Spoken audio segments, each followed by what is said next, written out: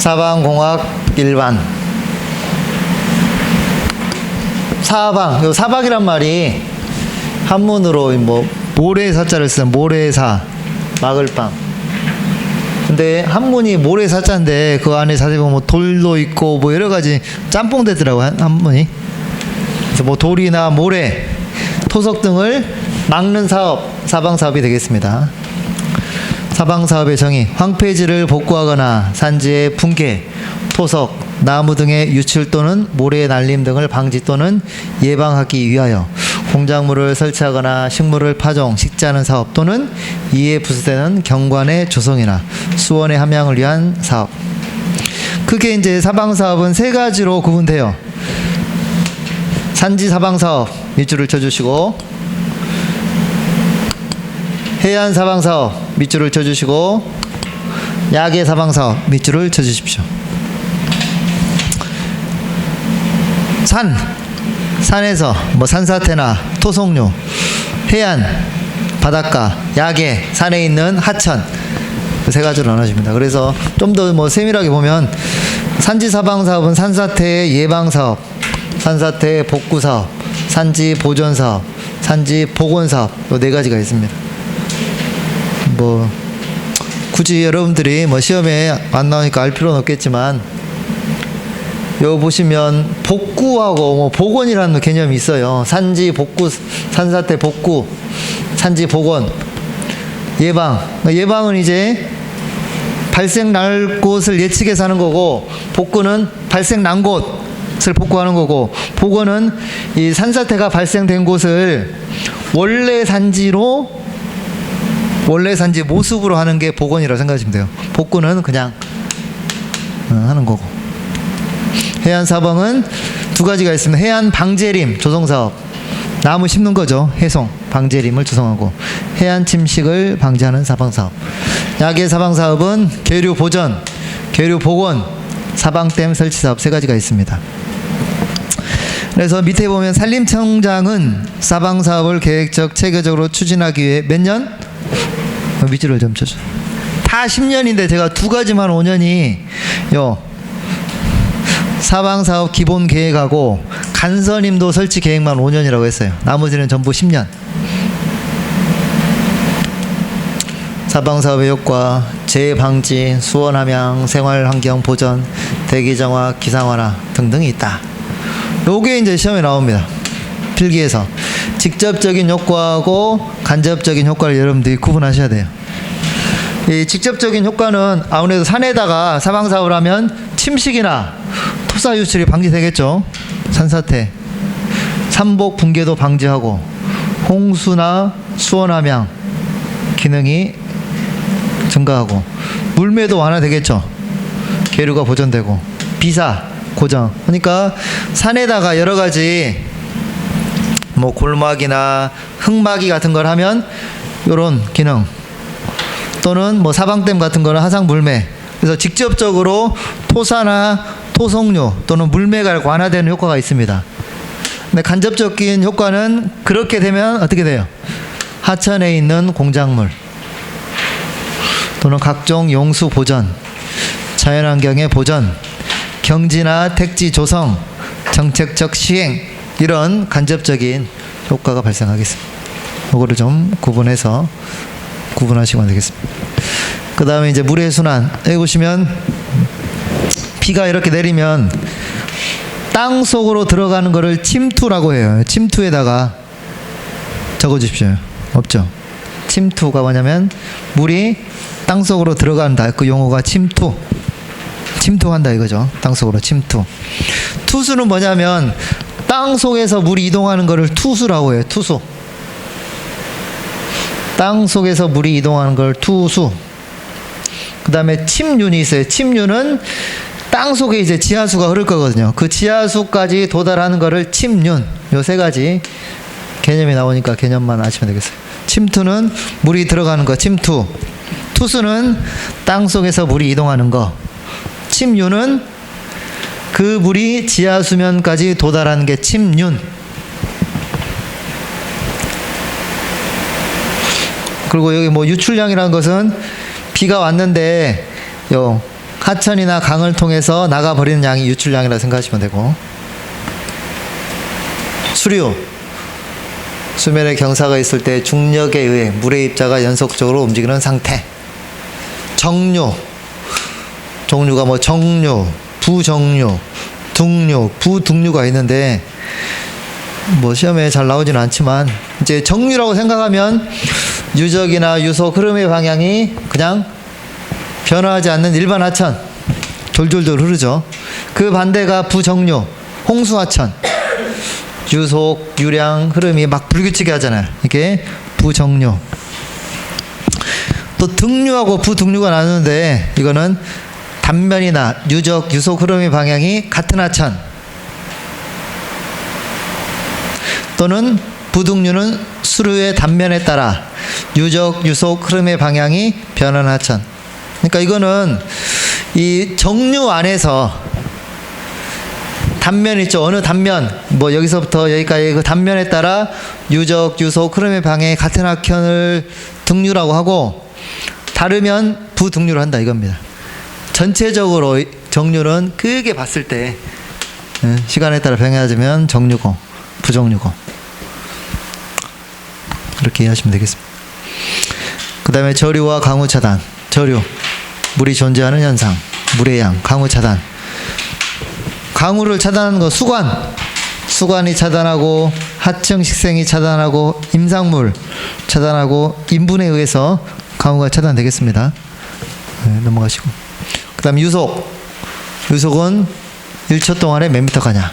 유적은 아까 설명드렸죠. 직각으로 자른 단면적. 유량은 시간당 통과하는 물의 용량. 그래서 Q는 뭐였어요? Q는 AV, 유적 곱하기 유속이었죠. 아까 윤변 설명드렸죠. 윤변, 물과 접촉하는 길이.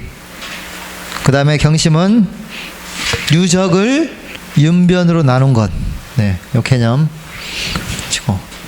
그 다음에 평균 유속 구하는 공식이 뭐 재즈, 매닝이 있는데, 요 매닝의 공식만 여러분들이 좀 밑줄을 쳐 주셔가지고, 네. 평균 유속 구하는 공식. V는 N의 N분의 1 곱하기 R의 3분의 2승 곱하기 I의 2분의 1승. N은 유로 조도 계수예요. 조도 계수. 이 유로 조도 계수란 것은 뭐냐면, 그 하천에 흐르는 그게 뭐 자갈일 수도 있고, 토사일 수도 있고, 뭐 콘크리트일 수도 있고, 거칠 수도 있고 그러잖아요. 그 다른 계수. R은 경심입니다. 경심. 경심은 뭐였어요? 유적을 윤변으로 하는 거. I는 기울기. 공식. 이제 외워두시면 좋은데, 너무 복잡하다 하시는 분은 그냥 안 외우셔도 될 것 같아요. 이건 2차에 안 나오니까 1차에서만 나오더라고요. 그 다음에 임계유속. 이거는 좀 밑줄을 좀 쳐주십시오. 시험에 나오니까. 임계유속이라는 것은 뭐냐면, 유속이 물이 이렇게 흐르다가 빨리 흐르면 흐를수록 어떻게 돼 있어요? 침식이 일어나거든요. 근데 그 침식이 일어나지 않는 최대 속도, 그거를 임계유속이라고 하면 돼요.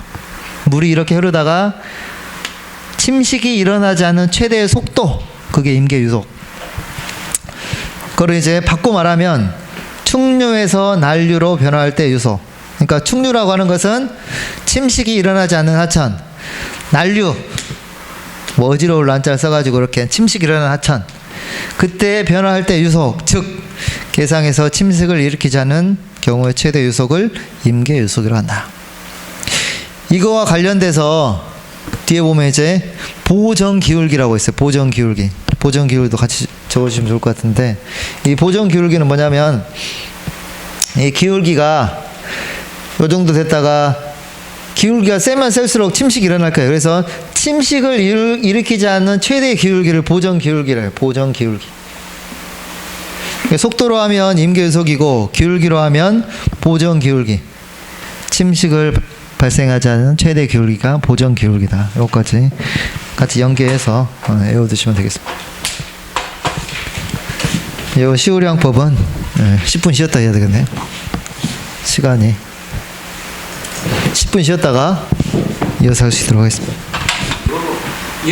샵으로 써가지고 수업표를 2개 만들어가고 같이 한 거예요.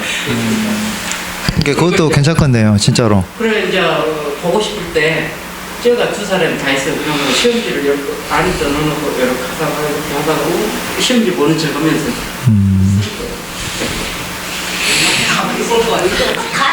아니 근데 그 수험표를 진짜 수험표는 출력할 수 있으니까 2정 출력해가지고 그거 괜찮겠는데요?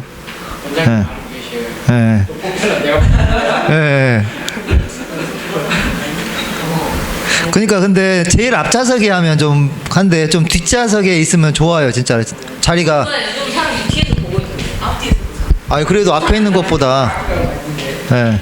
보고 있다가 그러니까 앞에만 있어요? 앞에 있는 경우도 있고 뒤에 있는데 뒤에서 핸드폰 보고 맨날 보면 핸드폰 보고 놀고 있어요. 수험 감독관이 산업인력관리공대 나온 게 아니라 보니까 이제 그 사람이 없으니까 그 학교 쌤이라든가 전혀 관련 없는 사람이 와서 하더라고요. 그러니까 이제 그 사람이 이제 실질적으로 뭐 2년 동안 못 보게 하고 뭐 그러지는 않더라고요. 거의 대부분. 웬만하면 보지 말라고 한다거나 그렇게만 얘기하지. 왜냐면 그 자기 이제 예를 들면 인생이 달렸는데 그런 사람도 있을 수도 있잖아요. 그러니까 웬만하면 봐주니까 그 컨닝 하는 것도 아무튼 좀 간이 좀 크신 분들은 수험표에다가 이렇게 하셔가지고 하는 것도 좋을 것 같습니다. 가장 좋은 방법은 이제 외우는 게 제일 낫고, 그 다음에 이제 시우량법, 이어서 시우량법으로 가겠습니다. 시우량법. 시우량법은 이제 보시면 크게 3가지로 나눠져요. 면적이 제곱미터일 때, 헥타르일 때, 제곱킬로미터일 때 다 똑같아요. 근데 면적에 따라서 요 공식이 조금씩 틀려지는데 굳이 여러분들이 요 공식은 좀 복잡하거든요. 굳이 외울 필요 없고 요것만 외우시면 돼요. 0.002778 CIA. 요게 이제 바꿔 말하면 굳이 이렇게 안 외우셔도 되고 360분의 1 CIA거든요. 요게 요거는 이제 유거 계수, 강우 강도, 면적. 요 면적이 헥타르일 때는 요거예요. 근데 제곱킬로미터일 때는 요거죠. 0.2778 CIA. 그러니까 요 면적이 이렇게 할게요. 1헥타르가 뭐죠? 1헥타르가 몇 제곱미터예요? 100, 1000, 만 제곱미터예요. 1헥타르가 만 제곱미터. 그러면 1 제곱킬로미터에는 몇 제곱미터예요? 이게 1km라고 하는 것은 1km가 몇 미터예요? 1000m잖아요. 1000. 가로 1000, 세로 1000이니까 공이 6개잖아.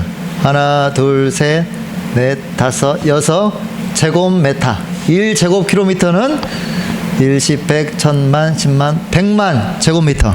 그러면 1제곱킬로미터는 몇 헥타르예요? 만 제곱미터가 그러니까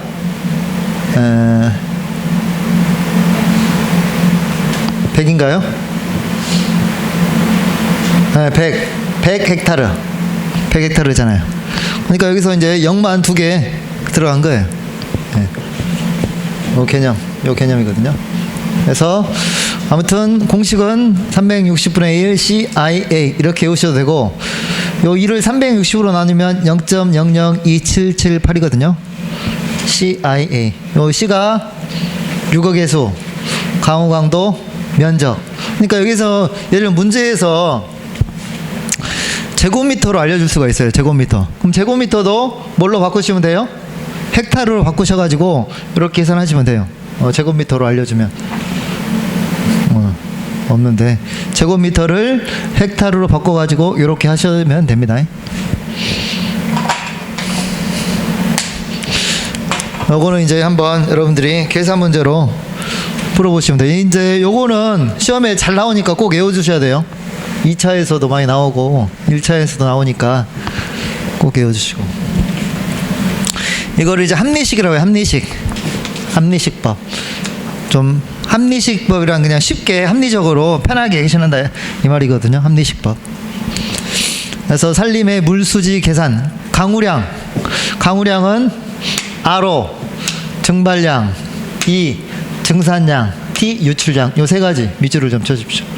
강우량은 증발량, 증산량, 유출량. 증발량은 햇빛에 의해서 증발되는 거. 증산량은 식물이 잎을 통해서 이렇게 수분으로 날아가잖아요. 그게 증산되는 거. 유출, 하천에 따라 빠져나가는 물의 양. 그래서 시험에 예전에 보니까 강우량하고 그 다음에 증발량, 그 다음에 요 증산량을 알려주고 요걸 구하라, 이런 게 나왔어요. 요 넘어가서 계산하면 되잖아요. 그 다음에 평균 강우량 구하는 방법. 먼저 산술 평균법. 강우 분포가 균일할 때는 요 N 관측 지점 수분의 각각의 관측 지점별 강우량 합계를 더해주시면 되겠죠. 이게 산술 평균법. 그 다음에 T셈법.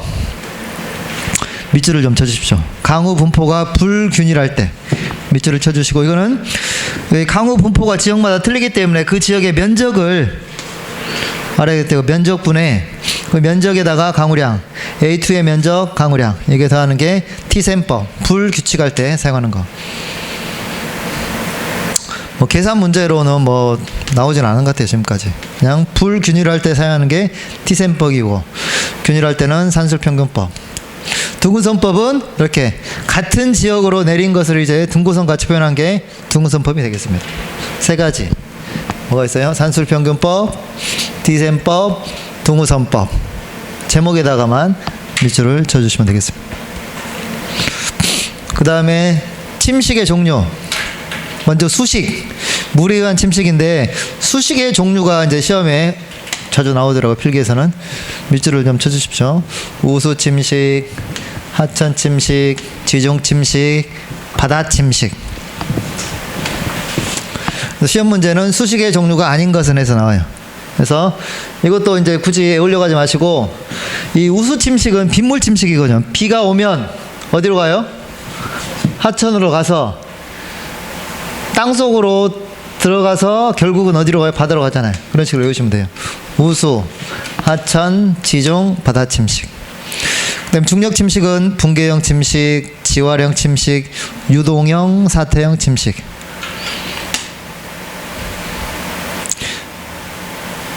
요거는 이제 뒤에 가서 자세히 볼게요. 붕괴형, 지활형, 유동형, 사태형. 풍식은 이제 바람에 의한 거, 내륙사고 침식, 해안사고 침식이 있겠습니다. 먼저 우수 침식.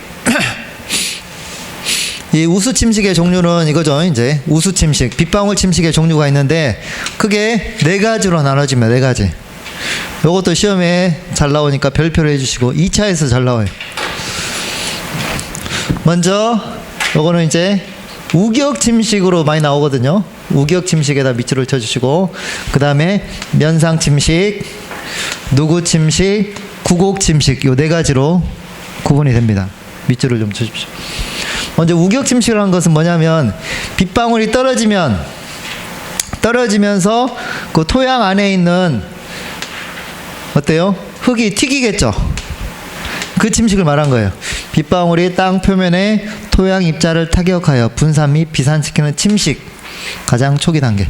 빗방울이 떨어지면서 토양을 약간씩 파일 거 아니에요. 조금씩. 그게 빗방울 침식, 우격 침식이 되겠고, 이 면상 침식은 뭐냐면, 그럼 비가 이제 많이 오면 어느 정도 물이 고이잖아요. 물이 고이면서 물이 서서히 흐르니까 이 토양 표면이 얇게 유실되는 거. 면상, 면 있죠, 면. 면이 그 얇게 유실되는 게 면상 침식. 누구 침식은 뭐냐면, 그 토양이 이제 고랑이 생기겠죠. 물이 흐르면서 낮은 쪽으로 흐르면서 고랑이 생기거든요. 그래서 그 잔 고랑, 도랑이 생기면서 침식이 되는 거. 누구 침식. 구곡 침식은 이제 그 도랑이 이제 굉장히 깊은 거죠. 그래서 표토뿐만 아니라 심토까지 심하게 깎이는 현상. 구곡 침식이 되겠습니다. 네 가지 순서. 뭐예요? 우격, 면상, 누구, 구곡 침식. 이게 좀 헷갈리는데 좀 쉽게 외우는 방법이 앞글자만 따면 우면 누구. 무슨 말이냐면 우리 그 산사태, 우면산 산사태 아시죠? 우면산 산사태 누구 때문이냐? 오수침식. 그때 비가 많이 왔다가 이렇게 외우셔도 되겠습니다. 그 다음에 하천침식. 가로침식은 양 안이 세굴되는 거. 세로침식은 바닥이 세굴되는 거. 요 가로침식을 횡침식이라고 해요. 횡침식. 횡침식. 세로침식을 종침식. 그러니까 이게 뭐 횡침식, 종침식에서 시험에 나오는데 하천이 이렇게 있다 하면 이 양 옆에 있죠. 양 옆을 까는 게 뭐라고요? 가로침식. 횡침식이고 이렇게 물이 흐르면서 요 안에 있는 거 파는 걸 종침식. 종이 이게 세로잖아요. 횡은 옆이고. 네. 그거를 좀 안에 걸치면 좋을 것 같아. 그 다음에 지중침식. 지하수에서 용출침식. 수위차에 의한 침투 수압으로 하류축 집안의 물이 용출된다. 용출침식. 또 이제 이렇게 아까 말씀드린 것처럼 산이 있다 하면 지하수가 이렇게 흐르다가 지하수가 포화되면 여기서 이렇게 물이 이렇게 솟아 나와요. 용출침식이라고 합니다. 그냥 용출침식.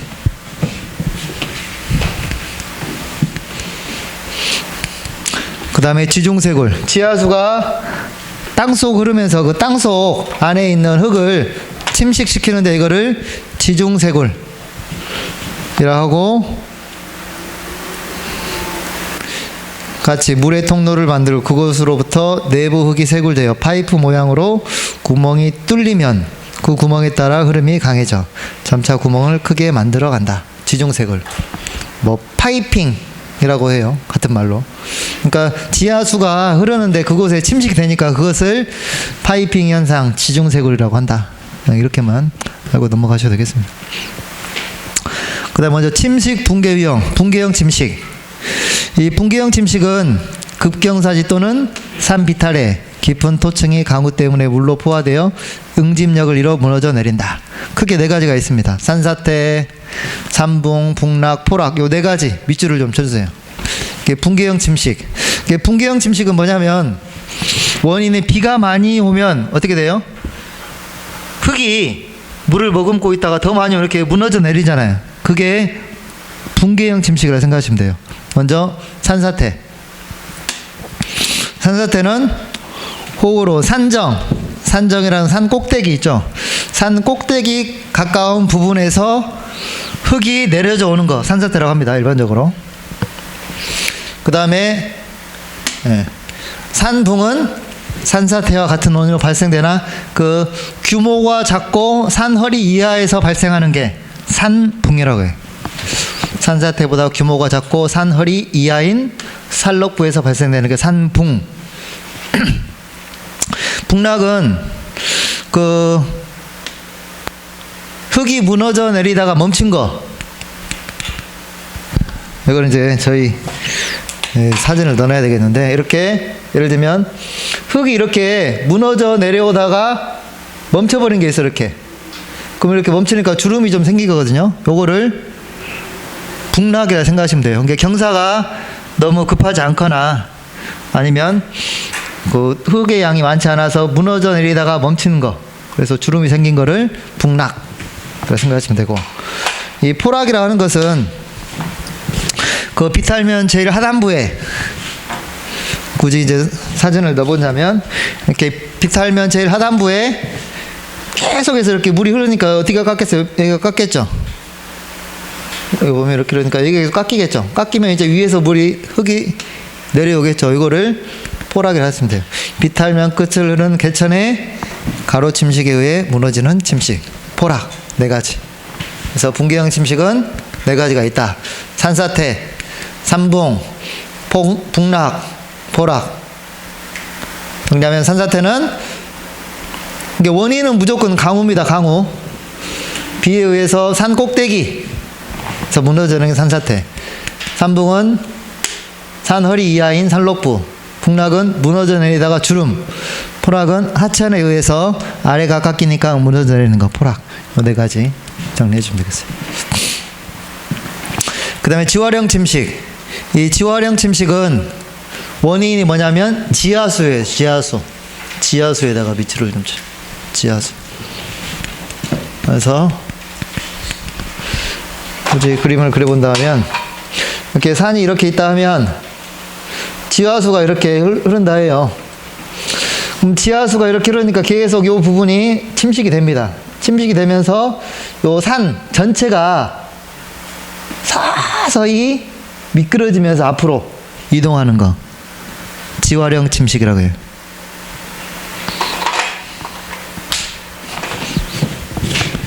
원인은 뭐라고요? 지하수. 지하수에 기인하여 땅 속의 전단 저항이나 접착력이 약한 부분에 따라 상층 지리가 서서히 아래 비탈면을 향해 중력 작용으로 미끄러지고 이동하는 현상. 유동형 침식. 산풍, 산사태 시 붕괴 작용으로 무너진 토사 또는 개상에 퇴적된 토사 성력이 개천에 밀려 물과 섞여 유동하는 형태이다. 물이 고정물을 유화시킨 게 아니라 고정물이 자중에 의해 물통이 미끄러. 이제 유동형 침식은 뭐 중요한 건 아닌데, 이렇게 해서 이런 산사태에 의해서 이렇게 무너져 내렸어. 이렇게 흙층이 이렇게 있어. 그럼 여기에 예를 들면 하천이 이렇게 지나가고 있어요. 그럼 이 무너져 내는 걸 어떻게 이동시키잖아요. 물이 유동형 침식을 하면 이렇게 무너져 내린 거를 이동시키는 거를 유동형 침식. 동상 침식은 이제 얼었다 녹았다는 거. 침식의 원인. 기상 요인, 강우, 강설, 바람, 기온. 지형 요인, 경사가 급할수록 길이가 클수록 커지겠죠. 지질, 토양 요인. 점토질 입자가 많거나 모래 입자가 과도하게 많은 산림 통량은 내 침식성이 약해서 침식이 잘 일어나고. 식생 요인, 나무가 없으면 더 발생되고. 산지 관리 요인, 도로나 군사시설, 토속 채취 등으로 침식이 더 발생되겠다. 그 다음에 이제 침식의 대책 방법. 먼저 유거수 속도 조절을 위한 경작법. 등고선 재배가 있어요. 등고선 재배. 이 등고선 재배라고 하는 것은 뭐냐면, 이렇게 산이 있다면 같은 높이가 이렇게 등고선이잖아요. 그럼 이 등고선에 이렇게 땅을 파요. 이렇게 고랑을 파가지고 여기다가 이제 뭐 여러 가지 식물 같은 거나 나무 같은 걸 심는 거죠. 등고선 재배. 그러니까 땅을 이렇게 파놨으니까 그게 물이 고일 거 아니에요. 물이 고여가지고 그 이량 자체가 저수 역할을 담당하면서 거기에다가 여러 가지 뭐 식물을 재배하고 하는 게 등고선 재배가 되겠습니다. 초생대 대상 재배. 이것도 같은 의미인데 뭐 시험에 나오지는 않으니까 넘어가겠습니다. 경사도에 따라서 등고선 재배는 뭐 15도 이하, 여기 그냥 안 외우셔도 돼요. 15, 25도는 뭐 초생대, 배수로는 이건데 넘어가셔도 되겠습니다. 내식성 작물의 조건, 요건 좀 밑줄을 좀 쳐주십시오. 내식성 작물의 조건. 이 내식성이라고 하는 것은 그 토양 침식에 대해서 견디는 능력이라고 생각하시면 돼요. 그래서 어떤 식물을 심어야 되냐면, 일단 키가 작고 잎이 짧아야 된다. 아무래도 키가 크면 그 아래로 물이 흐르니까 더 침식이 더 잘 되는데, 키가 작으면 어떻게 되겠어요? 더 침식에 대해서 강하겠죠. 키가 작고 잎이 짧아야 되고, 또 지면 가까이에 줄기와 잎이 무성해야 하고 잔뿌리가 많아야 된다. 물은 항상 지면으로 타고 흐르니까 그 지면 가까이에 줄기와 잎이 무성하면 아무래도 침식에 대해서 조금 더 내식성이 크겠죠. 뿌리도 많아야 되겠죠. 긴매기라는 것은 뭐 쓸데없는 풀을 없애고 작물 포기색 흙을 부드럽게 해주는 일. 긴매기가 필요 없고 수확 후 유기물이 많이 남아야 된다. 밑줄을 좀 쳐주십시오. 그래서 키가 작고 잎이 짧아야 되고, 지면 가까이에 줄기 잎이 무성해야 되고, 잔뿌리가 많아야 되고, 긴매기가 필요 없고 수확 후 유기물이 많은 것. 이게 내식성 작물의 조건이 되겠습니다. 네, 제가 집필한 산림기사 필답 책을 구입하는 방법을 설명해 드릴 수 있도록 하겠습니다. 먼저 네이버 창에서요, 쇼핑을 클릭을 합니다. 쇼핑 클릭을 하시고 이 검색창에다가 산림기술사를 검색을 해 주시고요. 여기 보시면 이제 제가 푸른 잎사귀 원장 제가 쓴 책이 있는데 클릭해 주시고요. 여기 보시면 제 네이버 스토어 푸른 잎사귀를 클릭을 해 줍니다. 그러면 여기에 있는 전체 상품이 나오는데, 여기 보시면 이 산림산업기사 필답 교재와 산림산업기사 작업형 교재가 있습니다. 이걸 클릭 후 결제를 해서 구매할 수 있습니다. 이상으로 마치겠습니다. 감사합니다.